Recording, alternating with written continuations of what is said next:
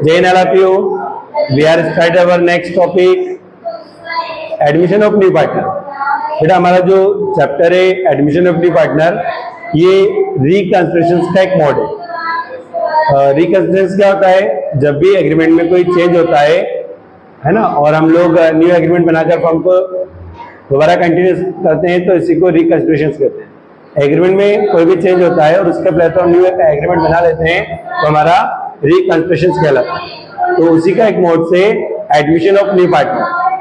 Last हमने changing profit sharing ratio, second क्या है? Admission of new partner. Admission में क्या होता है?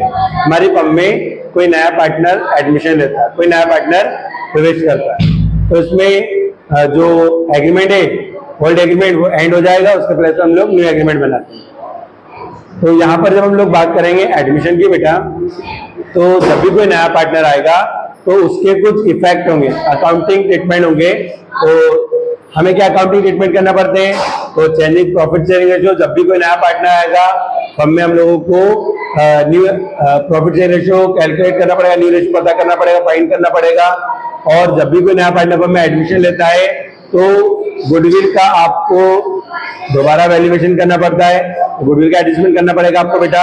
और जब भी न्यू पार्टनर का एडमिशन होता है उस कंडीशंस में कैपिटल का कंट्रीब्यूशन होगा कि नया पार्टनर कितनी कैपिटल कंट्रीब्यूट करे, तो कैपिटल का कंट्रीब्यूशन होता है। और जब भी आपके फर्म में कोई नया पार्टनर आएगा तो बेटा जो पार्टनर है वहां पर आपको असेट्स एंड लायबिलिटीज का रिवैल्यूएशन एंड रीअसेसमेंट करना पड़ेगा, ठीक है। तो ये कुछ एडजस्टमेंट है जो हमें करना होता है जब भी कोई नया पार्टनर फर्म में एडमिशन लेता है। इसके अलावा एक और इम्पोर्टेंट क्वेश्चन है बेटा इस चैप्टर में, वो है पर्पस या justification of admission of new partner, या object of admission of new partner के क्यों नया पार्टनर फर्म में एडमिशन लेता है, या नए पार्टनर के एडमिशन के आपको पर्पस बताना पड़ेगा, कारण बताना पड़ेंगे। तो बेटा सबसे मेन जो कारण है फर्म में एडमिशन का, तो उसमें बताया गया है कि किसी भी नए पार्टनर को एडमिट कब देंगे? जब फर्म में कैपिटल की रेट्स हो, कैपिटल की डिमांड हो। तो हम लोग क्या करते हैं, जब भी फर्म में कैपिटल की डिमांड होगी तो किसी और फर्म से क्रेडिट पर या बैंक से लोन लेने के प्लेस पर हम लोग किसी नए पार्टनर फर्म में एडमिशन देते हैं, ठीक है बेटा। तो इस कारण से भी पार्टनर को फर्म में एडमिशन दिया जाता है।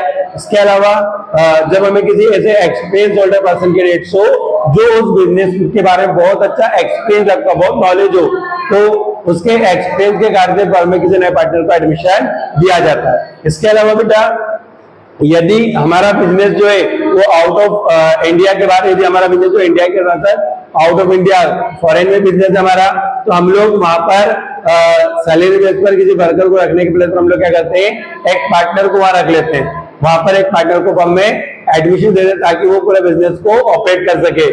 तो इस कंडीशन में भी एक न्यू पार्टनर को फर्म में एडमिशन दिया जाता है। इसके अलावा बेटा नेक्स्ट जब भी क्या होगा, रिप्लेस ऑफ पार्टनर, यदि कोई पार्टनर फर्म से जा रहा है तो उसके प्लेस पर हमें पार्टनर के नीड से, तो उसके रिप्लेस पर भी न्यू पार्टनर फर्म में एडमिशन दिया जाता है, ठीक है बेटा। तो ये कुछ थ्योरिकल है जो हमें आपके एडमिशन न्यू पार्टनर में स्टडी करना है।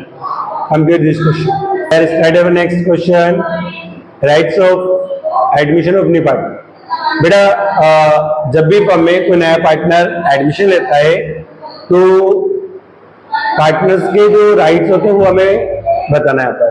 तो नया पार्टनर जब फर्म में एडमिशन लेता है तो उसका फर्म की प्रॉपर्टी पर राइट्स होता है, और इसके लिए जो नया पार्टनर आता है वो कैपिटल इन्वेस्ट करता है, ठीक है। और दूसरा, जब भी कोई नया पार्टनर फर्म में एडमिशन लेगा तो उसका फर्म के प्रॉफिट पर राइट्स होगा, और प्रॉफिट पर राइट्स के लिए पार्टनर को गुडविल के अमाउंट पे करना पड़ती है। Complete this question.